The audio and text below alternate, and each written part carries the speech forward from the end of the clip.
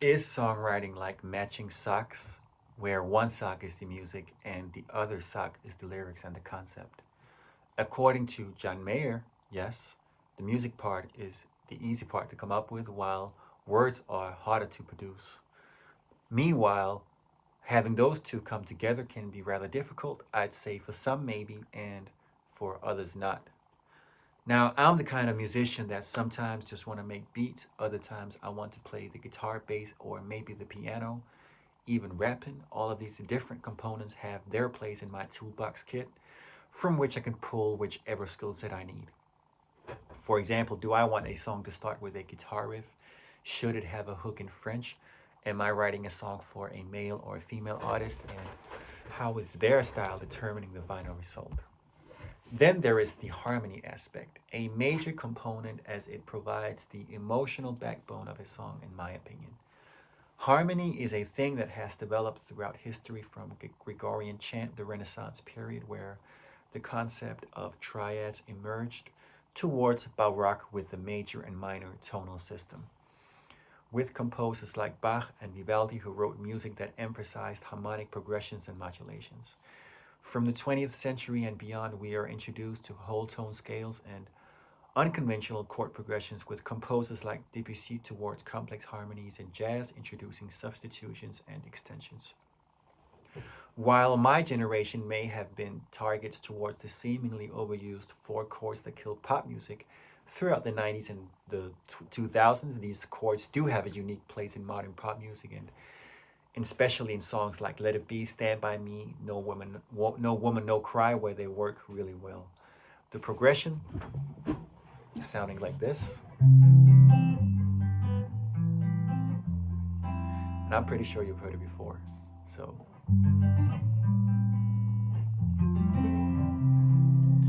then we have newer artists like Jacob Collier, Moonchild, Noah, Dirty Loops, who are pushing boundaries, harmonically blending together jazz, pop, world music, and neo soul. Artists like Joni Mitchell, Jose Gonzalez, and even Jeff Buckley uses creative and open tunings on the guitar, offering them a non-traditional approach to playing the instrument, which seemingly provide new textures that standard tunings cannot produce. Now let's look at the Brazilian composers. With their use of extended chords, modal harmony, and chromaticism, the bossa nova movement, for example, from the late 50s to the early 60s, was led by composers like Jobim, Vinicius G. Moraes, and João Gilberto, who were directly influenced by American jazz. Listen now to the melody Flor de Lis by the great singer-songwriter and composer from Brazil, Djavan, without the chords. Vale-me Deus, é o fim do nosso amor. Perdoa, por favor. Eis é que o erro aconteceu, mas não sei o que fez. Tudo muda de vez. Onde foi que eu errei? Eu só sei que amei, que amei, que amei, que amei. Now listen to that same melody with the chords. Vale-me Deus, é o fim do nosso amor. Perdoa, por favor. Esse aqui o erro aconteceu, mas não sei o que fez. Tudo muda de vez. Onde foi que eu errei? Eu só sei que amei, que amei, que amei, que amei. Pretty rich harmonically, I would say. Stevie Wonder is a great example of an artist and songwriter who boldly and freely writes songs that carry complex harmonies with songs such as Visions, for example, from the album Inner Visions. People hand in hand, where have I lived to see the milk and honey land? Where in the night and now rivers dead?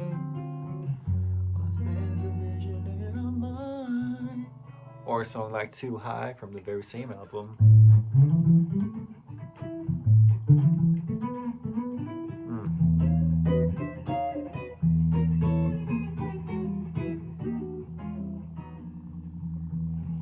Too high, too high. Da, da, da, da.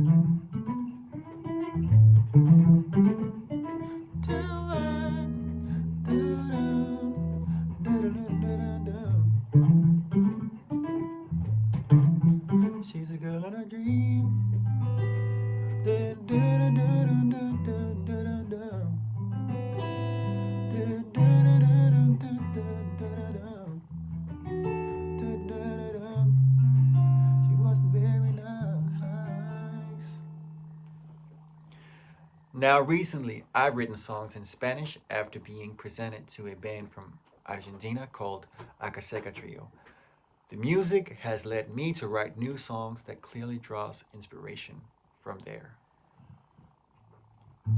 Mi enfoque ha cambiado también mi punto de vista, conociendo lo que no sabía y ahora yo todavía sigo andando sin cesar. Este maratón que nunca se detiene, desearía que esto fuera suficiente. Siempre soñé con quietud y paz y ahora comienzo. The tempo, rhythm, feel, the language, and my guitar playing had to sort of adapt to my new intention behind writing something that had this sort of vibe. Now, I've made funk songs, pop songs with the four chords I just mentioned, boy band ballads, and even trap hip hop, and I think there's a lot to learn from copying genres and making it your own. Then there is the concept aspect, which leads me to here. The concept aspect. Through my Danish rap project, Aximilian, we as a trio find a theme for a song before we start writing anything. In our song Euroman, we refer to the Danish magazine and the lifestyle behind living as one.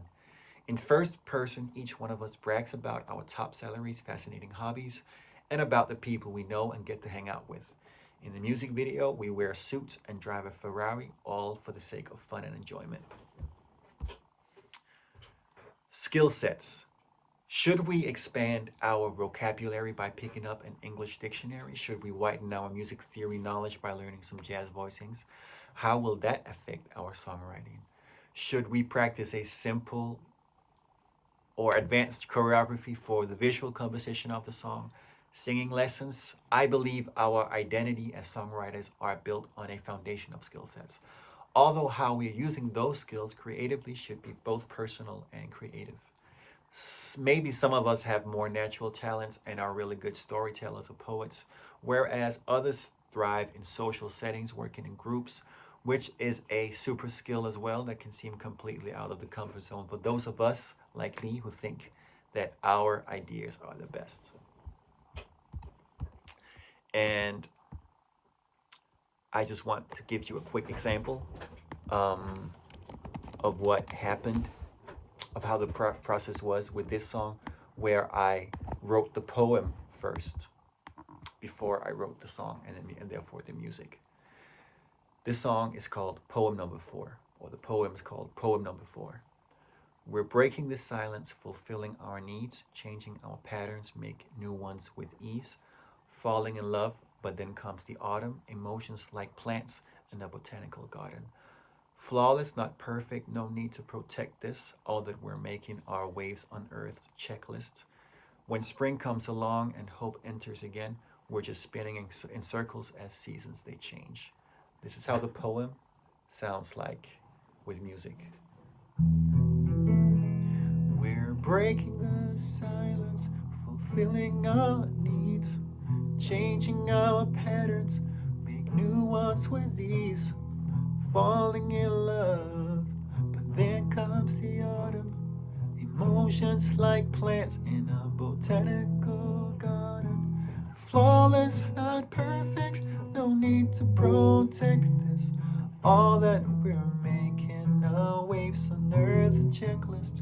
When spring comes along and hope and turns again, we're just spinning in circles as the seasons they change.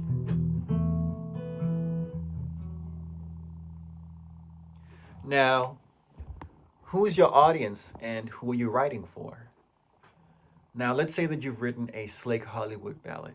Are you planning to perform that at your grandmother's birthday, or would it be more appropriate to write a song in honor of her that may better fit her taste and style? Maybe she likes rock and roll from the 60s, Johnny Cash, Mozart, or a bit of everything. Are you writing songs with other songwriters as your audience or for the people you fall in love with? Or are you writing complex songs with the intention of gaining the respect from the musicians in the back of the room? Queen and Freddie Mercury intended to create music that would resonate with large audiences. They wanted to write songs that had the ability to engage and interact with the crowd during their performances.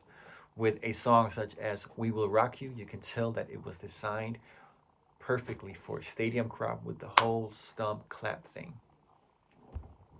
Which leads me to the recording aspect.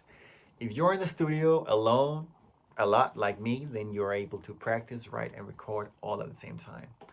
But if engineers or band members are around counting on your first take, chances are most likely that you have prepared for the studio session in advance. Therefore, who you're working with can be quite relevant for the outcome of your song as well. The Beatles worked with George Martin and Michael Jackson with producers Quincy Jones, Teddy Riley, and Darkchild on different albums. Each one shaping the sound in their own way, and therefore the final quality of how the songs were being presented. The live aspect. Are you allowing your band members to direct the mood of your masterpiece, and are you giving them freedom to express their individuality? Are you writing songs with the intention to jam or improvise over the chords, or is each part set in stone? Final thoughts. A song can be many things: a hymn, a birthday song, a funky jam song, a goodnight song, or a love song. A song can have one verse, three verses, or seven verses. It doesn't need to have a chorus, but it doesn't need to have a verse either. A song doesn't need to have words, but it feels good when the message is clear, although it doesn't need to be. I've been the victim of writer's block, imposter syndrome, and all of the inferior emotions that come up during a writing session. I still don't really enjoy listening to my music, but I do acknowledge it and I respect myself for taking my time to nourish my creativity, which funnily enough is always present, waiting for me to get out of the way. With that being said, I'd like to end here with a new song I wrote called It Keeps on Romancing.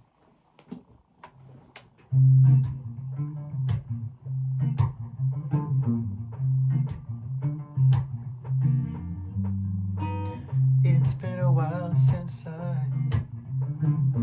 felt the emotions behind a newfound joy of mine, exceeding all expectations. Just a little touch of it, introducing new sensations, a sense of magic is what it is. Now moving as a declaration, yeah.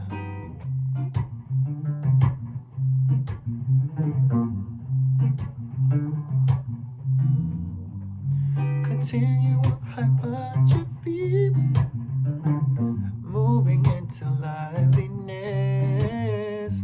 It happens to be what I seek, and to be exactly what I wanted.